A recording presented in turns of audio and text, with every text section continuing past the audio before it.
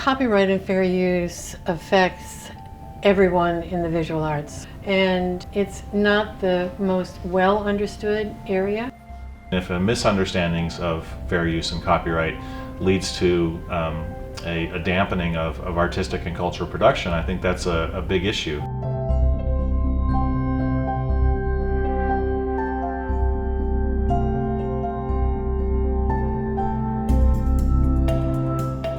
I think people were still so fearful, and they'd say, well, I'm not going to go write about that because I may not get permission at all, and if I do get permission, I'm going to have to pay a lot of money. Artists, museum curators, publishers, authors, and teachers all use fair use every day. They need fair use to do the best work they can do.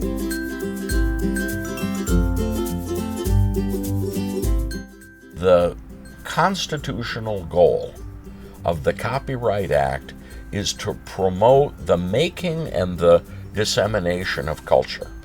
And that's a purpose that we can immediately understand as being extremely consistent with the free expression values expressed in the First Amendment of the U.S. Constitution. The feature that does the most to equilibrate the competing interests of copyright owners and members of the public who seek to use copyrighted material is the so-called fair use doctrine.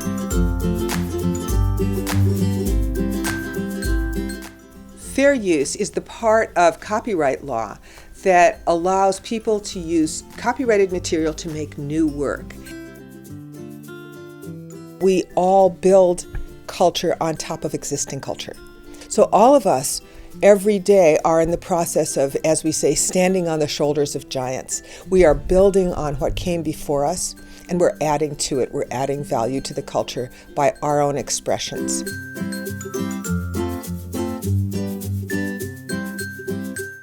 When deciding fair use cases, courts tend to ask functionally two questions. Is the use transformative, and is the amount of material used proportionate?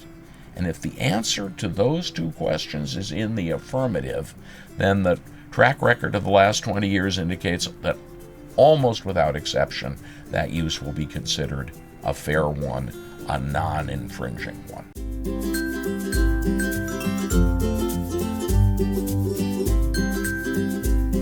I think the Code of Fair Use Practices developed by the College Art Association is important for the field precisely because it serves to provide clarity about what uses of third-party copyrighted material may be deemed fair. We want to take on the fear of using copyrighted material. The CAA Code of Best Practices is attempt to do is to give the power to make reliable fair use decisions to practitioners themselves. The Code of Best Practices doesn't say what everybody in the world agrees on about this. It merely says, this is what we in good faith believe we need from this law in order to create new culture. The Code of Best Practices is organized by the most common situations that visual arts professionals face when they need fair use. And they are analytic writing, for instance, writing in scholarly journals. Second, teaching about art. Third, making art. Fourth, museum uses. And fifth, online access to archival and special collections. And for each case, for each of those situations, you have a description of the most common practices, the principle that allows you to apply fair use to those practices, and third, the limitations that allow you to know what are the limits of fair use in these situations. My hope is that the Code of Best Practices will allow us to focus on our core mission, doing what we really want to do, which is publish terrific books. We're really hoping that this new Code of Best Practices for fair use will allow our artists and scholars to work unimpeded on new and original work. I think it will free up scholarship. It will also free up artists. I think it will free up everyone in the field to do their work.